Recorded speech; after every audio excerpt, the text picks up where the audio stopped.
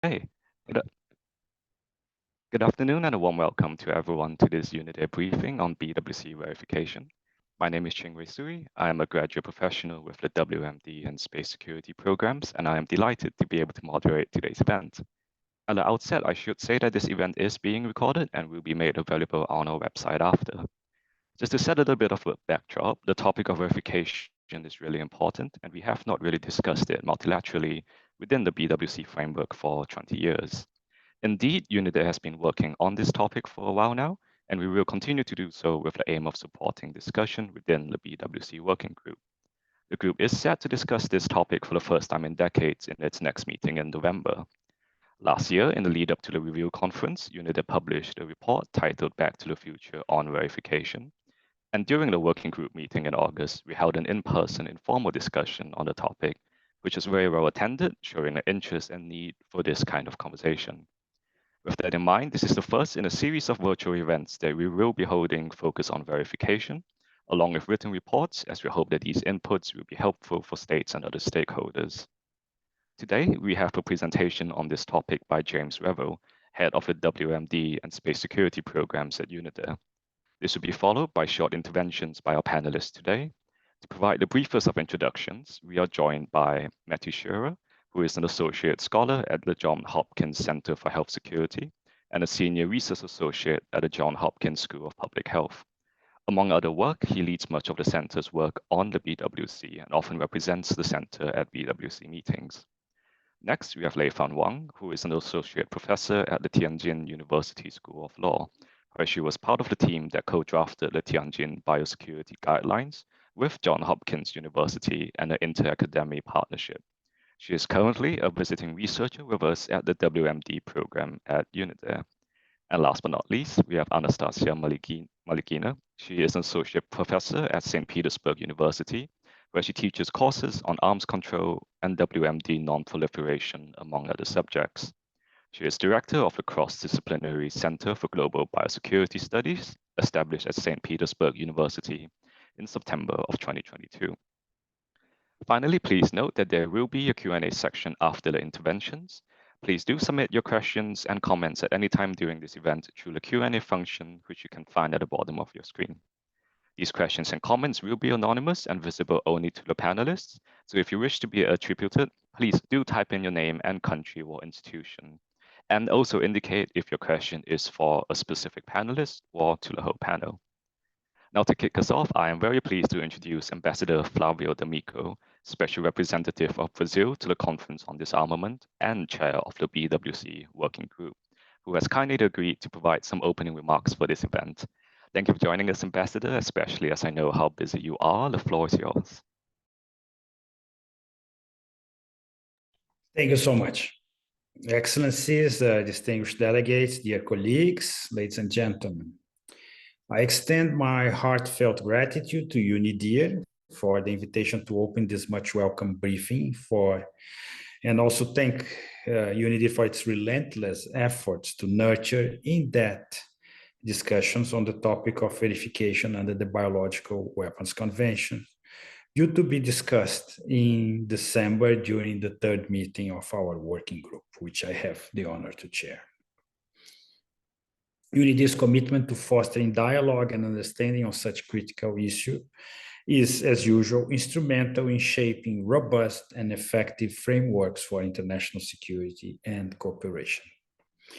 I am eager to hear insights from our distinguished presenter, Mr. James Revel of UNIDIR, and learn from the interventions by our esteemed scholars, Mr. Matthew Shearer of Johns Hopkins University, Ms. Leifan Wang of the Tianjin University, and Ms. Anastasia Malagina of the St. Petersburg University.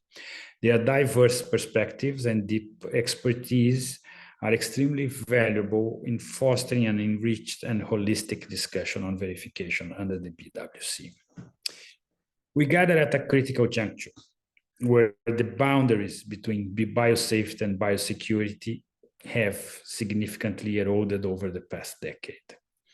Developments in biotechnology and genetics have unraveled deep implications. While scientific advancements have bestowed upon us a plethora of innovative tools, facilitating enhanced verification capabilities, they have simultaneously propagated and diversified the risks of misuse, spreading them across the globe. The dichotomy of progress and risk necessitates our concerted efforts to leverage technology responsibly to uphold international norms and treaties. Our discussions today should underscore a forward-looking approach, focusing on the flexibility, adaptability, and evolution required to make the BWC fit for purpose in this rapidly changing world. It's crucial to rectify the mission creep the BWC is grappling with due to its reluctance to embrace institutionalization expectations. The second meeting of its working group in August has demonstrated the paramount need for the BWC to reclaim its leading role in the field of biological weapons. By the end of the 20th century, we witnessed an epoch of substantial progress in multilateral disarmament and arms control, where verification of compliance harmoniously aligned with significant advancements made in these realms. It marked the advent of a new era of cooperation, where entities like the Chemical Weapons Convention unfolded extensive and unprecedented verification arrangements related to disarmament agreements. The inception of the Preparatory Commission for the Comprehensive Nuclear Test Ban Treaty heralded the formation of an expansive network of monitoring stations coupled with a robust global communication system. The comprehensive reports on verification by United Nations government experts in 1990 and 1995 underscored this trend, highlighting verification as an instrumental tool to reinforce disarmament agreements. For the BWC, however, the journey of verification has been fraught with challenges and constraints. The existence of no single means of verification that's universally applicable to all agreements has been demanding strategic selection. A delicate balance must be established between the imperatives of verification and the legitimate concerns of national security and commercial secrecy. We are to navigate through the intricate mesh of varied verification approaches, technologies, and methodologies with clear understanding and precision, addressing the concerns related to the detectability and confirmability. I am hopeful that by delineating the specific niche of the BWC, we will be able to converge with enhanced clarity on the possibilities for verification in the field of biological weapons. The discussions we are about to embark on must address the imperative to maintain a disarmament system that is equitable and efficient. I am hopeful that our dialogue today will not only deepen our knowledge of the intricate dynamics surrounding BWC verification, but also galvanize our collective will to uphold the sanctity of life and the principles enshrined in the Convention. It is our shared responsibility to preserve the legacy of the BWC as a barrier against the horrors of biological warfare. In this endeavor, the inclusive participation of academia, industry, and civil society are essential. Such multi-dimensional partnerships are key to unlocking innovative solutions addressing multifaceted challenges. As we delve deeper into our discussions, let us remain cognizant of the fact that a harmonious blend of international cooperation, national implementation, verification, and compliance would have great potential for strengthening of the BWC. Let us strive to ensure that the Convention remains a robust and dynamic instrument, effectively addressing the challenges of the 21st century. And I thank you. Thanks so much for opening the discussion, Ambassador, and I know you might have to leave us now. Before turning to our panelists, I want to stress that they are all speaking in their personal capacities. And with that said, I'm very pleased to turn now to Jamie for his presentation, which is based on the soon-to-be published report on BWC verification. The floor is yours. Thank you, Chingwei, and thank you, Ambassador D'Amico, for joining and your kind and encouraging words. Thanks also for all those of you in the audience that have joined. I know people are busy. Some of you are perhaps preparing to head to New York for the first committee, so I really appreciate people taking the time from their schedules to join this discussion. In my remarks, I wanted to provide an overview of a paper that we'll formally launch next week, and this is really intended as a primer for discussion on BWC verification.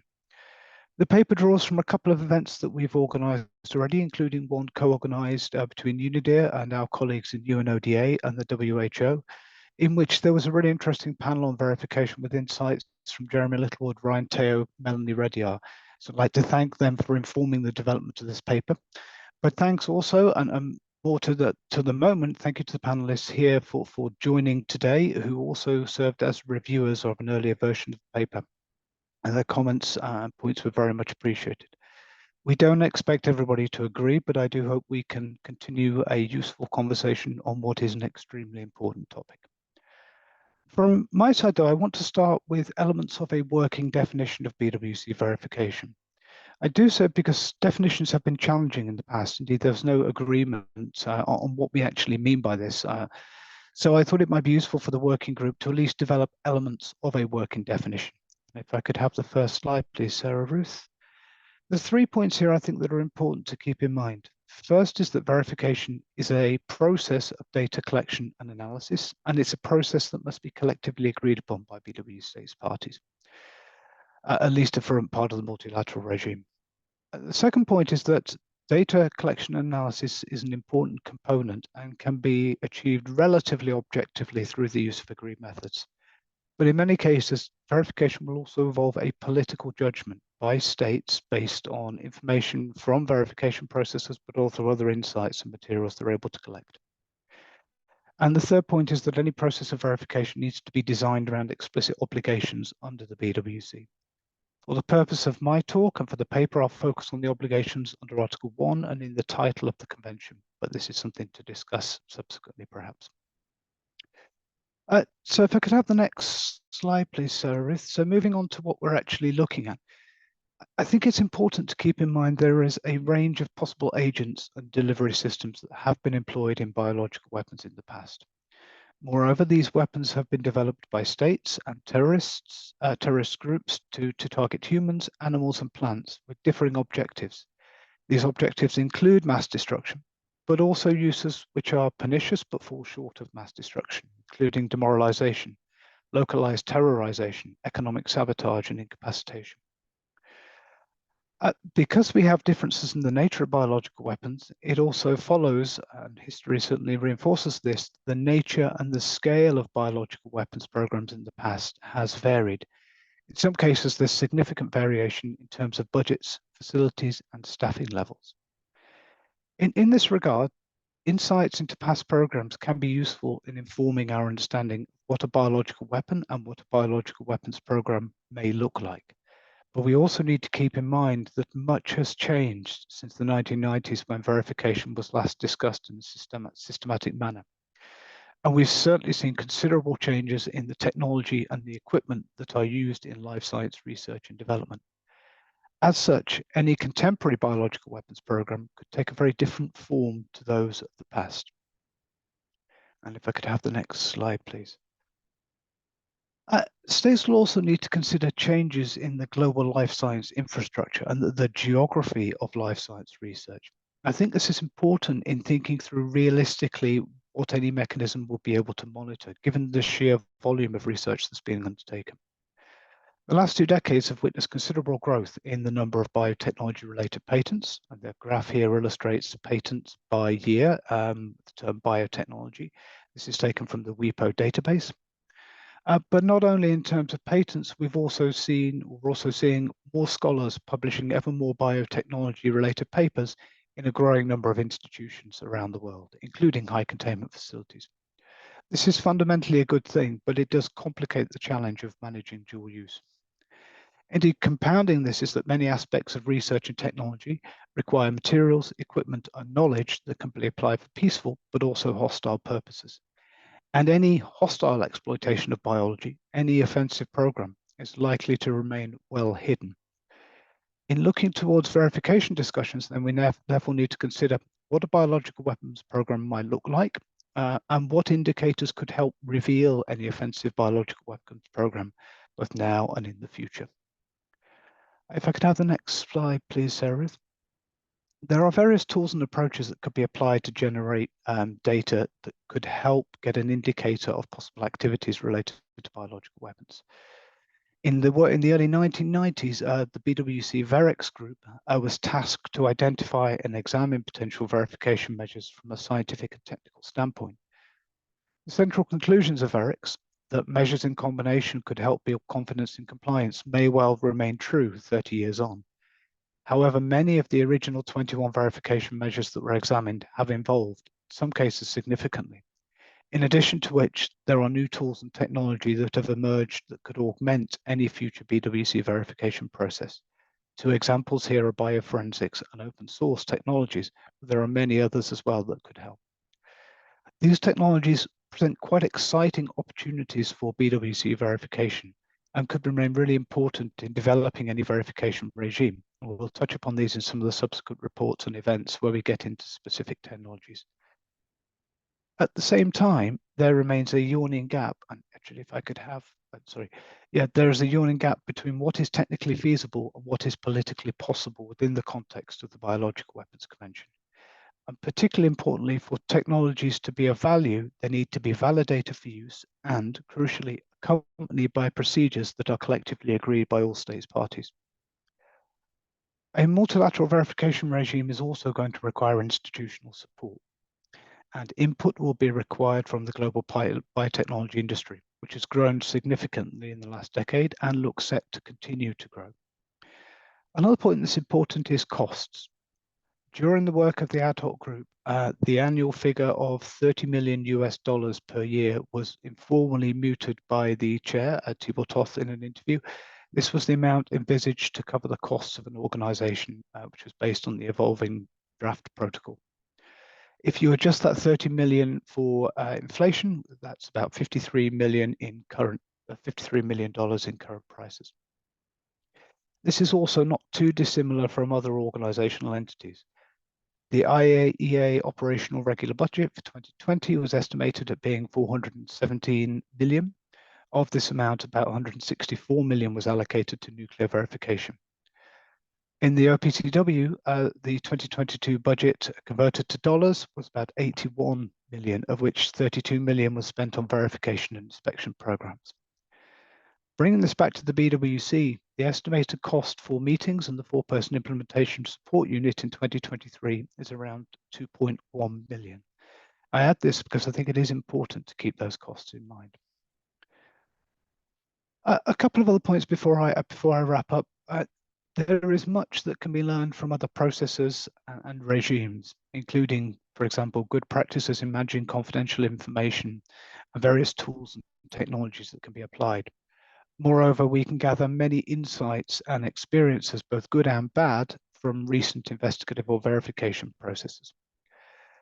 However, we should be very clear that approaches designed to deal with other forms of weapons of mass destruction or in other issue areas cannot be readily mapped onto the BWC context. I think Ambassador D'Amico referred to the niche or the special nature of the BWC. And this is because material accounting methodologies, such as those that are applied to nuclear and chemical regimes, simply do not work when you're dealing with biology. And a final point really just to raise is I think it's important to keep in mind we're not going to get very far without progress in other issue areas. So whilst verification is important, there are another 6 issues which are on the agenda for the working group. And as Ambassador D'Amico remarked, we need a harmonious blend between these. So I'll wrap up there. I did want to provide some food for thought and to continue to stimulate thinking around verification. I do think we have a real window of opportunity for BWC states parties to advance work around compliance and verification in the BWC.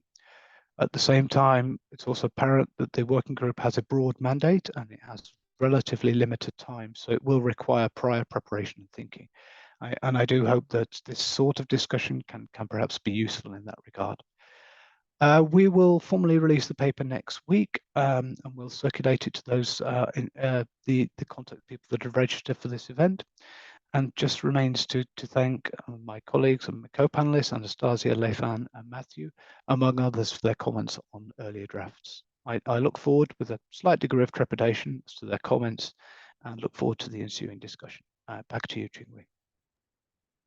Thanks, Jamie. We'll be sure to get many comments on your paper, and I would now like to turn to our panelists for their thoughts. Just a reminder to all of our participants that you can submit your questions at any time through the Q&A function, so please do that. And first, if I could turn to you, Matthew, for your comments on the paper. Additionally, you have done work on definitions related to verification, so we'd love to hear your thoughts on that as well. The floor is yours. Excellent. First, thank you to Ching-Wei, Jamie, and the rest of the team at UNIDIR for the opportunity to participate today. I think efforts like this to publicly discuss issues around BWC verification and compliance ahead of the December working group meeting will hopefully be able to build momentum as states parties grapple with these challenges and work to generate concrete proposals for consideration at the 10th Review Conference. The document Jamie described, I think, touched on many important aspects of the debate around BWC verification, including changes since 2001, challenges facing the upcoming debate, and opportunities for forward progress. So, as Ching-Wei mentioned, for my remarks, I'm going to focus primarily on issues related to the definition of verification and other related concepts, which I think will, or at least should be, a foundational component of states parties' preparations for the debate on those issues. My interest in this particular aspect of verification started several years ago when it became clear to me that BWC delegations and other experts were using the term verification to mean very different things. Some seem to view it more along the lines of gathering evidence to confirm or prove compliance or non-compliance, and others seem to focus more on increasing transparency and confidence in compliance. And obviously, those are two very different mindsets that require very different activities and standards. So our team at the Johns Hopkins Center for Health Security set out to investigate that issue in more detail through a study we called BWC Assurance. We determined that there is no common definition or understanding for the term verification or compliance for that matter. We also found that there is a lot of overlap in how stakeholders perceive verification and compliance assessment. And that study really provides the basis for my thinking about how states parties and civil society experts understand the terminology around verification and related issues. From my perspective, I think it's critical to establish a common working definition for core terms under the BWC. Without a common definition in place, I think states parties will inevitably attempt to negotiate in different directions to achieve different purposes. And without a consensus definition, or at the very least, a common understanding of where negotiations are supposed to be heading, states parties risk setting themselves up for failure. Notably, I think a definition can take many forms. It doesn't necessarily need to be text on a page, although that's one option. I've sat through enough of the report writing sessions in BWC meetings at this point to know how difficult it can be to reach consensus on specific language, particularly when working on a short timeline. So states parties don't necessarily need to go through that part of the exercise up front and risk delaying more substantive discussions. I think a common understanding of the purpose and the scope of verification may be sufficient to initiate the substantive part of the debate or negotiations. And that would at least provide states parties with a foundation that outlines what verification mechanism or regime is trying to achieve, and then what obligations and activities that it needs to address. And then a formal definition, including the specific language, could come later and be molded to align with what that final version of whatever verification system ends up looking like. The primer document that Jamie described establishes its purpose and scope up front, which then provides a framework for the rest of the content in that report. It sets the purpose as increasing confidence in compliance and limits its scope to non-proliferation aspects of the treaty.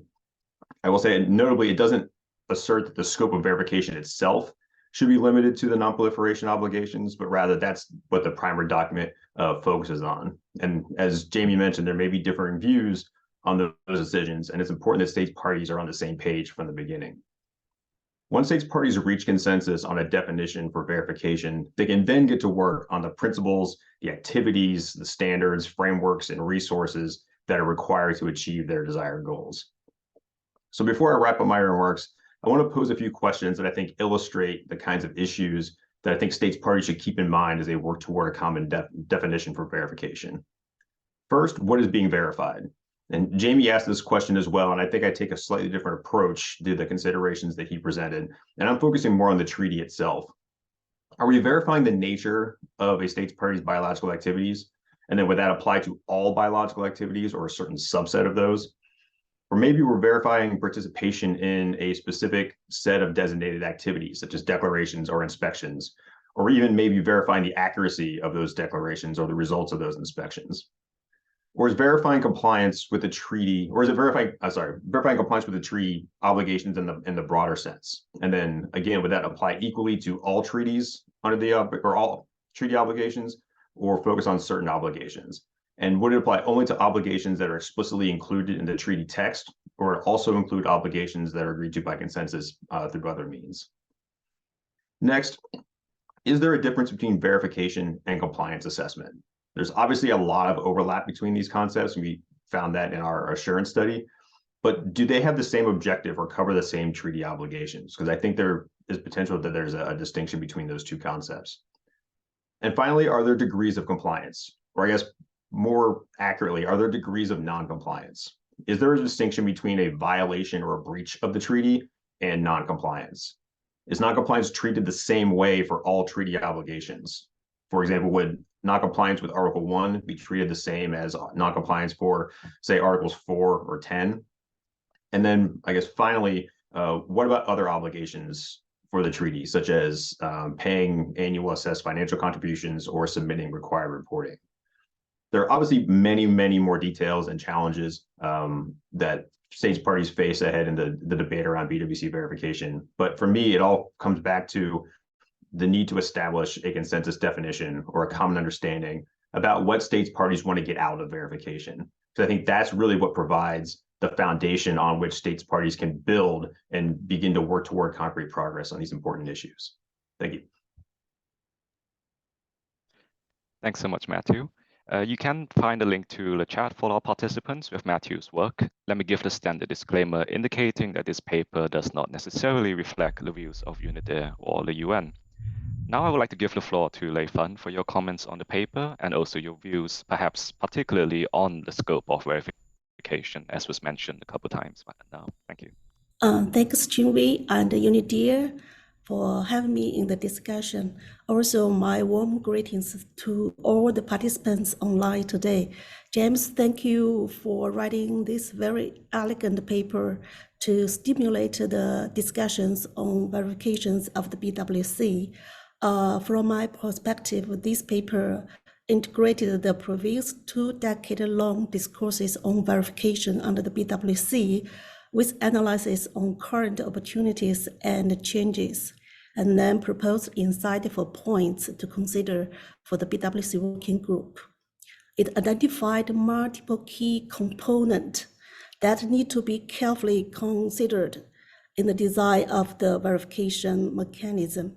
Matthew just mentioned the definition and verification. I want to draw further attention to the issue about the scope of the verification because it's quite an important issue.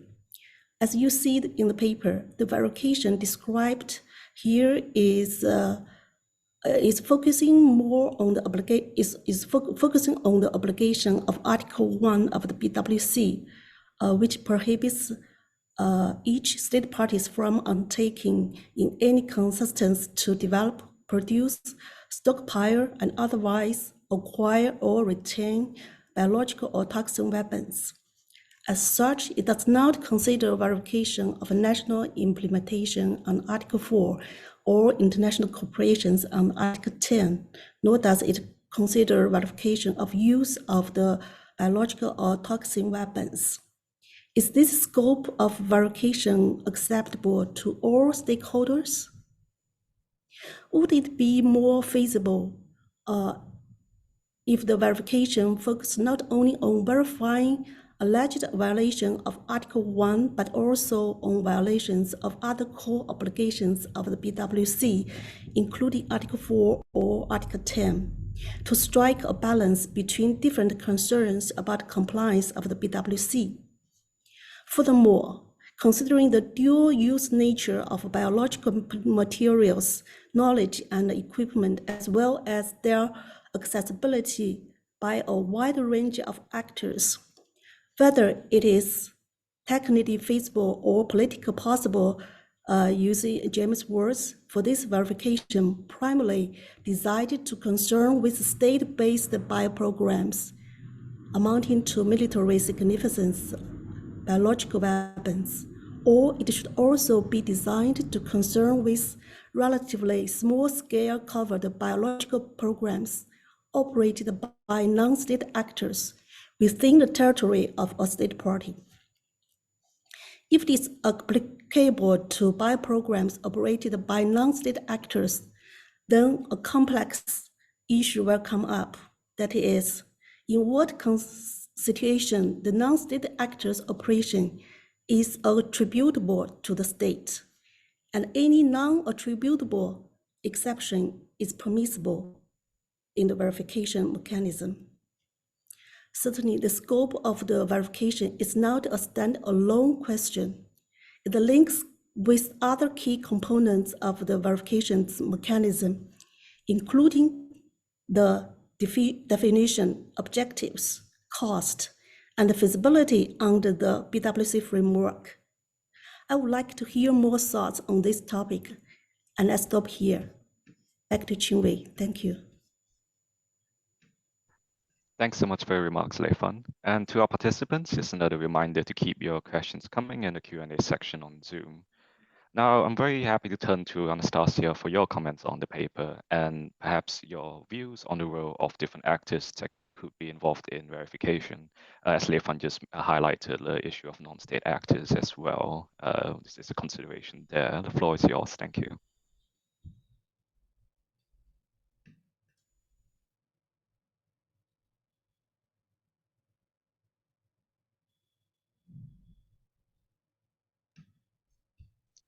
Anastasia, are you there?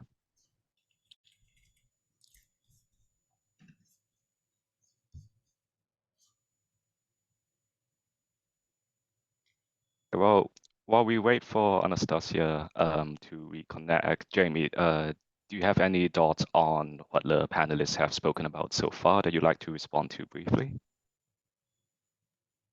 Yeah, thanks, Jingwei, and thank you both to Matthew and Lei Fan to take those points in turn. Matthew, you're right. I think the definitions are going to be important, and also they're going to be elusive, I think, in BWC discussions. As you point out, they're difficult to agree and can often take considerable time. I think what we ended up trying to do in the working paper was to at least lay out elements of a working definition, which I think there could potentially be scope for a shared understanding around. And that's the points reiterated before. So, for example, the importance that this being about agreed procedures for the collection and analysis of data, but also recognizing this involves a political judgment by states, and it should be tied to obligations of the BWC. So I think at least having that can help at least stimulate some thinking, and even if there's disagreement, that could be helpful to work out what it's not, if that's the case. You also raised a number of questions about what is being verified, and also the point you raised, which was really interesting, the point on degrees of compliance. I would argue you probably do have differing degrees of compliance.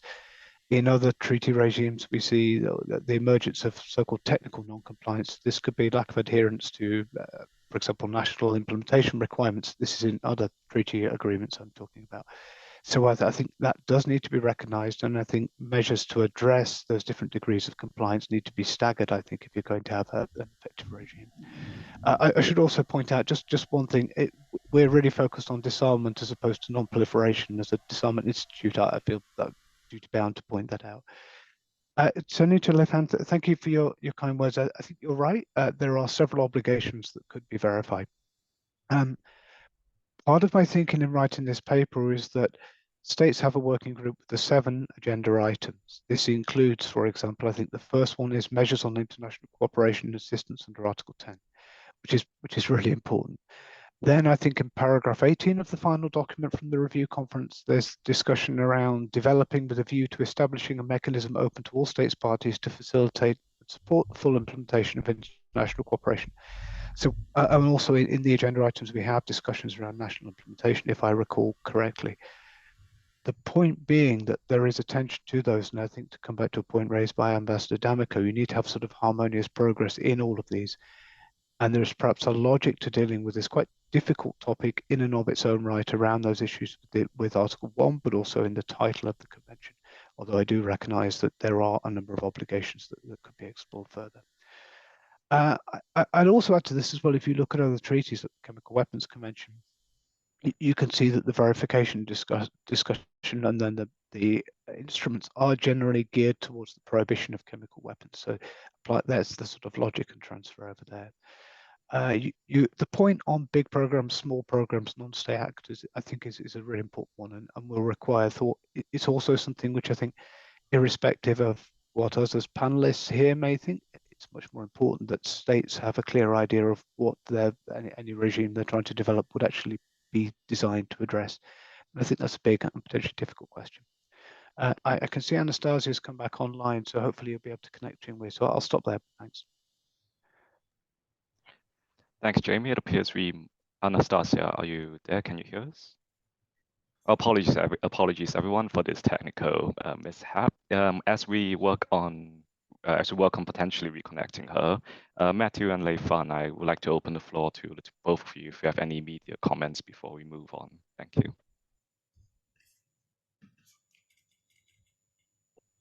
Yeah, I'd say nothing specific from me. I appreciate Jamie's follow-up on my initial comments, and I do largely agree with the thoughts, and I think in the particular his comments on the issue of degrees of compliance and non-compliance, I think are interesting. I think there is potentially room for overlap between that discussion and how we also discuss or distinguish verification and compliance assessment. I think there may be opportunities to mold the activities under a verification regime or a treaty protocol to serve different purposes in terms of assessing compliance with various obligations under the treaty, whether it's the disarmament or non-proliferation prohibition components, Articles 1 through 3, or the other major obligations such as Articles 4, 7, and 10. So I think there is room for states parties to tackle all of those challenges. I just think it may take some creative thought on how to go about doing it. Thanks, Matthew. And Leifan, any immediate comments for now? Yeah, thank you. I think today our main point is to elaborate the issues in the verifications and raise the questions that could be that need to be considered for all stakeholders who are interested in developing the verifications under the BWCI. Yeah. Thank you. So as we now turn to the Q&A section of this event, we are hoping to get Anastasia back, and if and when she does return to us, we will move to her for her comments. And once again, please keep posting your questions through the Q&A function at the bottom of the screen and indicate if your question is for a specific panelist or for the whole panel. As I mentioned before, these questions and comments will be anonymized and visible only to the panelists. So if you wish to be attributed, please also type in your name and country or institution. So to start us off with, Matthew, I have a question here on definition. It is asking, to what extent did the VEREX meetings answer the question of the definition by the mandate agreed for the ad hoc group? Well, I know that there was an effort to, and I will say probably more so the ad hoc group than the VEREX, as far as I understand, but there were efforts to establish a working definition. That was at least a priority or a component of those discussions. I don't think, obviously nothing was decided at the end of the ad hoc group of the protocol negotiations. So I don't think there was ever a firmly set definition for verification. And obviously thinking through how the end of that process took place or played out, I think were disagreements on what the purpose and scope of those activities that would fall under a verification regime or the treaty protocol as in a broader sense. So I don't think there was consensus on that issue. Jamie probably has a little bit better insight into that than I do. But my understanding is that question still remains very much up for debate. Thanks so much for your comments on this. Jamie, if you'd like to answer, if you'd like to touch on this as well. But before that, I do have another question for you too. It's a question from the audience. If all state parties were equally committed to the non-use of biological weapons, why would we need to monitor compliance with the BWC? And if they are not so committed, they may seek to hide their production. How can any agency unequivocally identify such production and enforce compliance with the BWC? Over to you. Thanks, Jingwei. It's a big question. It's also a good question. I think it's worth pointing out from the start that most states comply with most treaties most of the time. But when we do have treaty violations, they can have a deeply corrosive effect on the regime and potentially undermine that regime. And in the case of biological weapons in particular, allegations of association with biological and chemical weapons have often been used as a means to sort of vilify enemies. There's a great quote from Julian Perry Robinson along those lines. I can try and put it in the chat, but this idea that there's something, allegations of association can be used to sort of demonize adversaries. It's quite a powerful tool, which can sometimes potentially lead to allegations being made, even if they're sometimes spurious or are frivolous allegations as well. So having some means to build a baseline of data, to build a sort of expectation of what is normal from which we can begin to identify aberrations and potential violations, and to have in place systems where we can build a better collective, a better picture, a better quality picture of what states are doing, I think can be extremely useful in reinforcing and bolstering the convention. Particularly at this point where we see biotechnologies advancing rapidly, it's also diffusing around the world, which is fundamentally a good thing. But in the current geostrategic climate, geopolitical climate, you could see how that could be problematic. Just on the question that you put to Matthew, I think I agree. I think that answered it well. I think the ad hoc group certainly had very different understandings and crucially very different expectations as to what verification would be able to achieve. There's some expectations, for example, around the idea of 100% or foolproof verification versus what is adequate verification. And I think that's something important to keep in mind, because given the scale, the scope of biology around the world, we do need to be realistic about what this is going to be able to achieve. So I'll stop there, but thank you again, Jingwei. Thanks, Jamie. Lei Fan, so I have a question for you. There's something that we haven't touched on explicitly yet so far, I believe. And the question is, could you talk about the standards of evidence that could be used for verification? That would be a quite critical component of this mechanism as well. Over to you.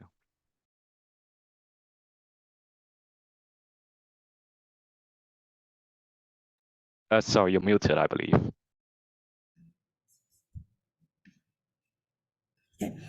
This is complex issues. If we look at the existing verifications under the CWC, the standards of proof is not very clearly articulated in the relevant documents. So I read this question under the BWC. When we're talking about the verification here, I want to raise concerns or from the initial stage to relevant stakeholders consider these issues, whether the verifications process is, to what extent the verifications process is technical, political, and as well as legal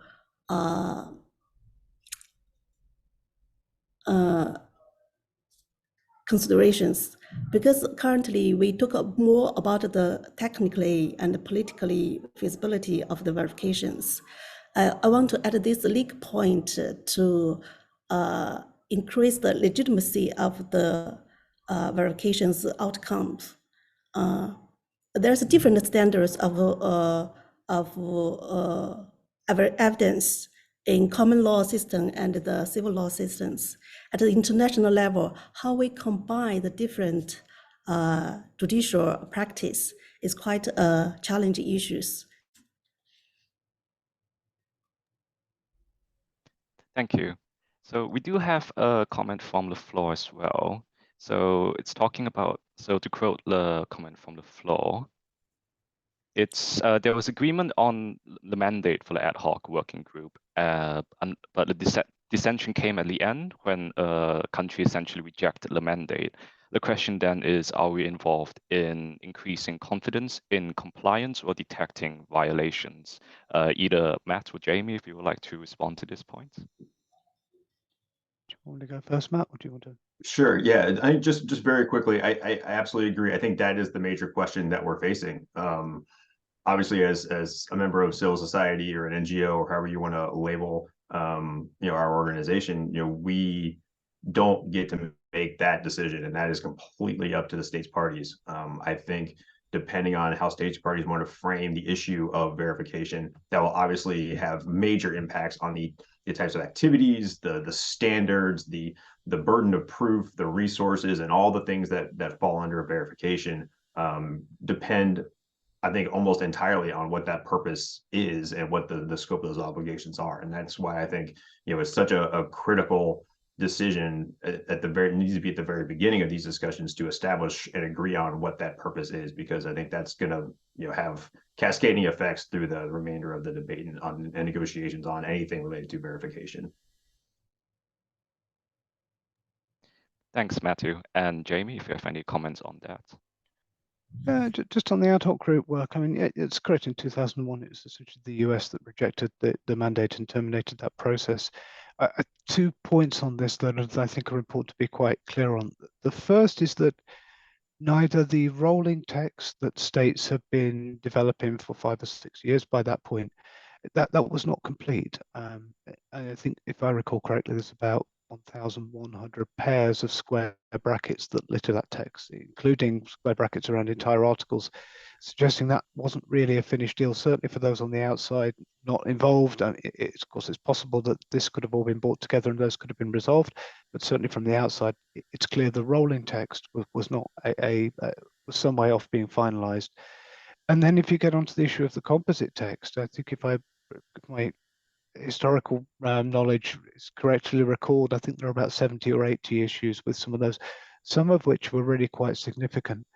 And indeed, I think there was at least 7 states that wanted to return back to discussions on the rolling text. So I think it's correct that the US essentially rejected the mandate, but it wasn't finished. And the other point I'd raise on this is that I think there are many other states were not necessarily particularly supportive of either version either. So I think that's important to keep in mind.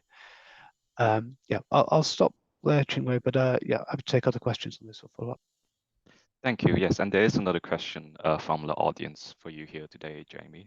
What is the best strategy to fulfill the prohibition entity of BWC next to assistance and cooperation mandates under Article 10 in a balanced framework? Yeah, I think Article 10 is really important. It's something we did a bit of work on and had events and report on the course of last year. It's been important for a long time. I think it's actually become increasingly important over the last couple of decades, and I think it's not going to go away. It will remain important, and perhaps with the experience of COVID, it's become more acute and more sensitive. So I think it is important that we address that. That's being dealt with. I think it's the first agenda item. There's discussion on that in the working group in August, and I think there'll continue to be discussion on that in the next couple of sessions. How we go about doing that, I think there are a couple of potential ways this could be achieved. We've seen quite a bit of discussion around the development of some sort of mechanism. You could call it a cooperation committee or whatever term suits. And I think there are useful things that could be done with some sort of mechanism to identify or proactively look for opportunities for international cooperation and try and facilitate cooperation in peaceful use of the life sciences. Where I think it becomes much more challenging is around any sort of any entity being involved in decision-making procedures around export controls, and that's much more difficult. And I think though many Western states would be strongly opposed to that, although I suspect others would be very keen to do that. And that was one of the problems in the protocol discussion as well. I think there are other steps that could be taken, which are perhaps shorter term options for this. So you could envisage, for example, the standardization of Article 10 reporting, the establishment of some sort of voluntary fund as well, which has been discussed at the review conference and prior to it as well, perhaps as a means to be able to identify and facilitate some international cooperation. So I think if you look through the records, and then there's a a NAM, a non-line movement action plan, which goes into some depth on this. There are options for this, and I think there's something that states parties will need to decide which is the best route forward for this. Thanks, Jim. Thanks so much, Jamie. And to all of our participants, thank you for all your questions so far. Please keep them coming as we are doing good on time. Question for Matthew. What can be the role of CBMs and other transparency measures in relation to assurance and increasing confidence in compliance? Over to you. Yeah, I think that's an excellent question, particularly, as we're talking in the absence of a formal treaty protocol or a verification regime. There are other tools available to states parties and potentially even to organizations in civil society to support efforts to build confidence in compliance. So part of the justification or the background for the study that we did on what we call BWC assurance is, without an understanding of what verification means, or even what compliance or compliance assessment means or entails, we selected the term assurance as this kind of broader umbrella to address issues around building certainty in compliance for the BWC. And if verification doesn't exist, there are tools such as CBMs or peer review, or even improving national implementation, bilateral cooperation. There are countless other opportunities to increase transparency, exchange information, which then contributes to reducing ambiguity or uncertainty, which reduces concern, which ultimately, if that cascade continues, you're also improving international relations and reducing hostilities and those types of things. As uncertainty and ambiguity contribute to concern, contribute to hostility, mitigating those mitigate the risk further down the line.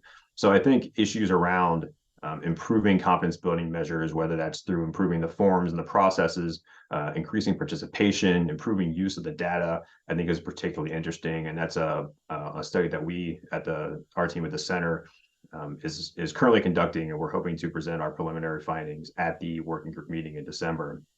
But it's not just CBMs. There are countless tools to improve what we think of as assurance, but that obviously overlaps considerably with issues around verification and compliance, confidence, transparency, and monitoring as well. Thanks, Matthew. So we have a question from the audience as a good follow-up to what you've just spoken about. Leifan, we will be turning to you shortly, but just before that, to Matt and or Jamie, if you'd like to chime in as well. The question is, do we agree that the mandate for the ad hoc group was to increase confidence in compliance, thus solving the definition problem? Over to you, Matthew, perhaps if you'd like to start first.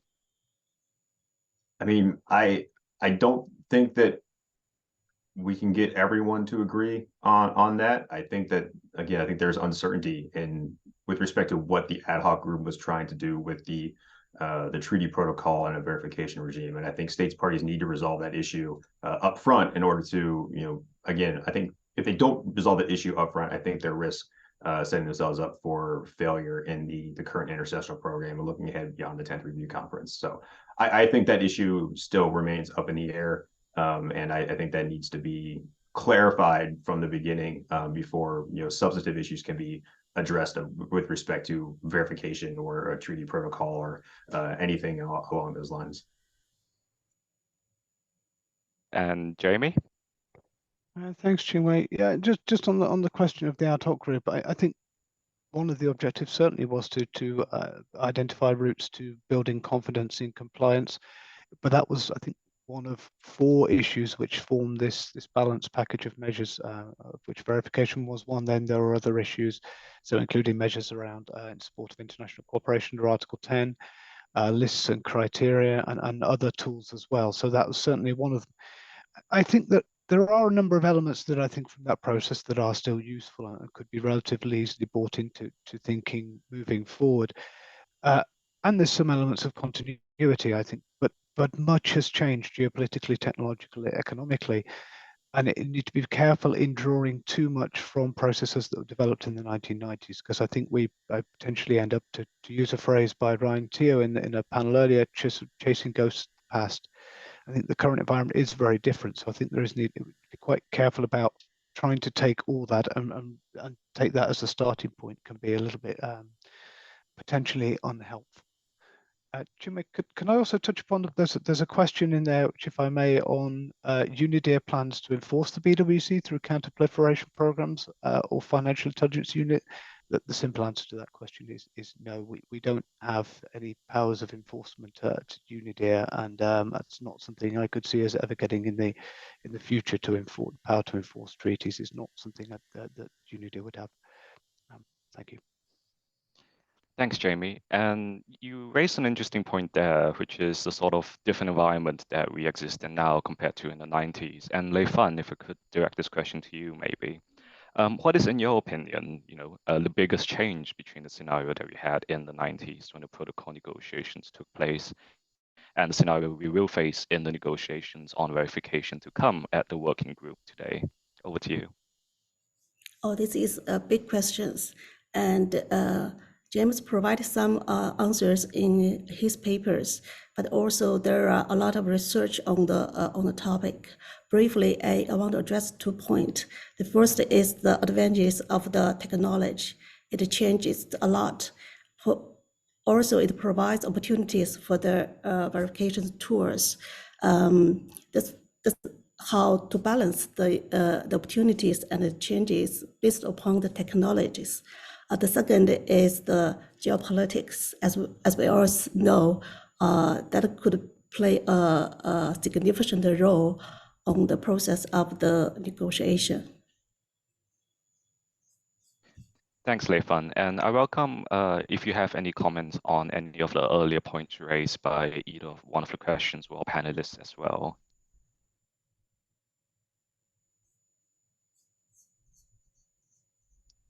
Okay, Jamie, on what you mentioned earlier, that our participant wishes to clarify, their inquiry is whether UNIDIR could collaborate with FIUs.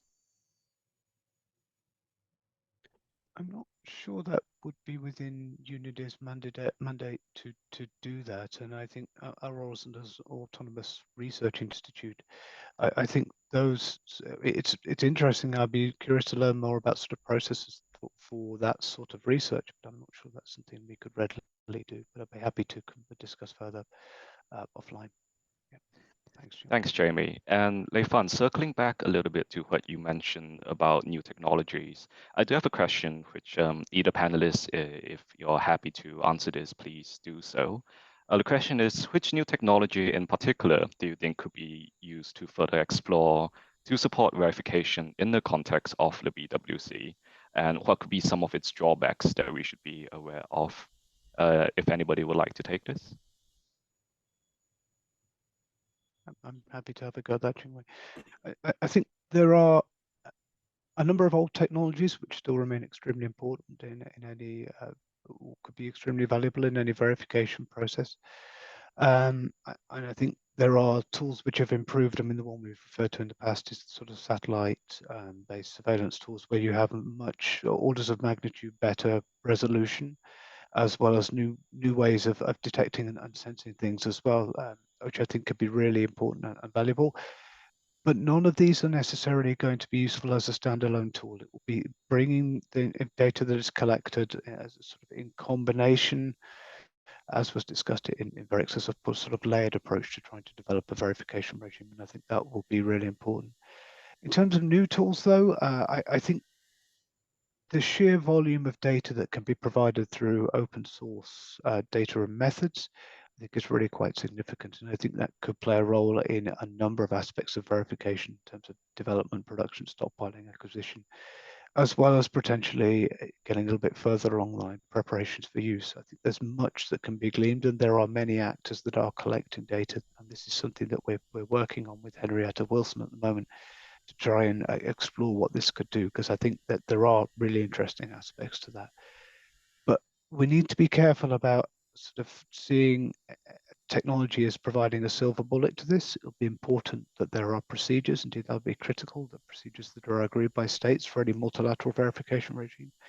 It'll be important there's resources, that there's training, that we have geographically diverse sets of expertise that can be brought to bear on any verification question, because I think to be very careful just having a particular segments of a population that are doing this, I think, is also problematic. So I think things like that, so the procedures, the resources, the expertise, and putting systems in place for this will be important as well. So technology presents great and exciting opportunities, but it also comes with challenges as well. Perhaps others have other thoughts on that. Thanks Yeah. so much, Jamie. Yep, Lei Fan. Yeah, I want to emphasize that technologies, new technologies on verification alone cannot generate the conclusions on any alleged violations of the mention. Other elements, such as the one you raised, the standards of proof, is one of the key elements to draw the final conclusions about the alleged violations. That should be discussed further in the future. Yeah. Thanks, Lei Fan. And Matthew, if you have any comments on this point. Yeah, I think Lei Fang and Jamie both addressed largely the main issues with the use of technology for verification, and I think one of the interesting challenges is that by the nature of biology, and obviously we hear the term dual use biology thrown around daily. It's really comes down to the intent of the work, right? There's not a list of pathogens, there's not a list of equipment that's prohibited for any reason. As long as it's for peaceful purposes, it's completely permitted under the treaty. I think the main challenge is determining what that intent is, because any work could be positive or negative as long as it's depending on how it's used or how it's intended to be used. So technology will only go so far in being able to help determine or make those determinations. Thanks so much, Matthew. And to all our panelists, to all our participants, please keep your questions coming. We are still trying to get Anastasia reconnected. Unfortunately, we will see how that goes as we work on that in the back end. Jamie, I do have a question for you. So can you please talk about, this is a point you raised earlier in the introduction to your report. Could you talk about the finances related to the verification regime as discussed during the protocol negotiations and how that can be translated today? Over to you. Thanks, Chingwei. I suppose a number of the points were made in terms of the discussion in the protocol. As I say, recall Thibault Toth in an interview indicating that the figure of $30 million this is in 2000 was indicated, and if you transfer that, then you're getting into around $53 million to today's prices to achieve what was set out in the draft protocol as far as that got. And if you look elsewhere, over to sort of the Organization for the Prohibition of Chemical Weapons, if you look, I think the annual budget is around $30 million, as opposed to euros as in the report, $30 million on verification inspections. And I think this has been used to fund some 162 inspections of chemical facilities around the world, among a number of other things. But then if you look at sort of the number of possible facilities that you'd have to address in the BWC verification process, we talk a little bit about this in the paper in terms of the number of BSL-4, BSL-3 facilities. It's probably not going to get you that far. So then you get into how do you determine what to look at. And this all assumes that people are moving towards a more traditional route. I think that there are perhaps other options and models that could be considered for verification that we want to look at, which could potentially have lower costs. But the point being, if you do want to do this, then there will be costs attached to it. Now, I personally think there's great value to being able to build confidence in compliance with the Biological Weapons Convention. We don't want to end up in a situation where these weapons start to re-emerge. So having that extra assurance, confidence in compliance, I think is important. But there are potential financial costs that I do think states need to consider. So thank you, Chingwei. Thanks, Jamie. And so as often is the case with discussions on topics like this, it's really far-reaching into the future. As the working group is coming up soon, it'll be interesting perhaps to shorten the timeline a little bit. This is a question to any of our panelists. What could be, in your opinion, the lowest hanging fruit that states parties could take advantage of to advance discussion on verification at the working group?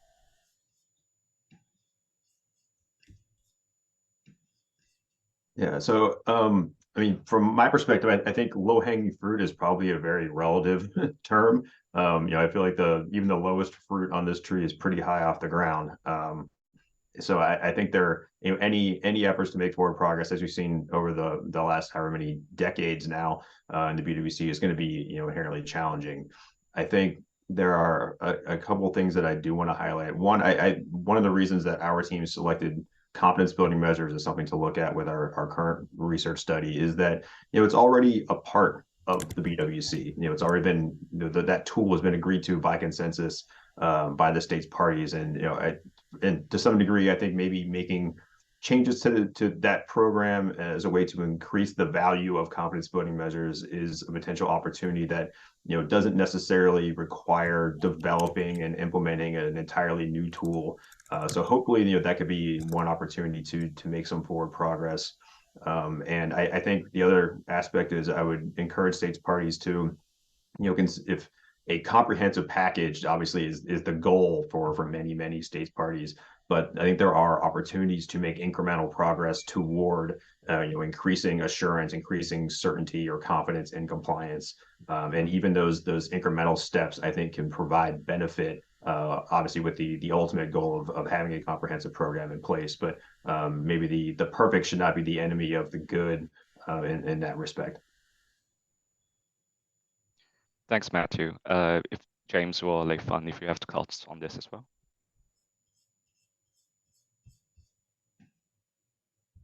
Do you want to go ahead, Leifan? You're unmuted, right? Okay. I would expect it could be a long discussion, negotiation of these issues. We all have the memories of the past experience on this topic. I sincerely hope the state could find novel solutions, as the Ambassador Domenico mentioned in the earlier of the discussion, to solve the challenges that we faced, especially the biological disarmament in this very special environment. And so thanks, Leifan. So thanks again to everyone today. Unfortunately, I'm afraid that our time is almost over. Please just do accept our apologies that we were not able to reconnect with Anastasia. She unfortunately had a major issue. Technology doesn't always work in our favor, but she has provided written comments to the draft that Jamie presented, and we look forward to connecting and collaborating with her again in the future. Before closing, I would kindly like to ask our speakers for their final thoughts in 1 or 2 minutes each.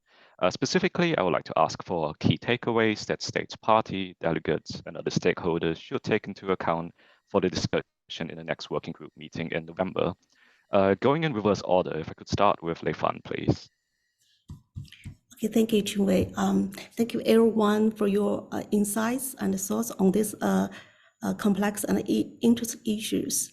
I would suggest that in the next future, we would open the discussion to include all stakeholders, include scholars like me from the academia and also from other organizations, to know their concerns, their opinions about this process. I think it could be a good way to find the final accept solutions on the BWC. Yeah. Thanks so much, Leifan. And over to you, Matthew.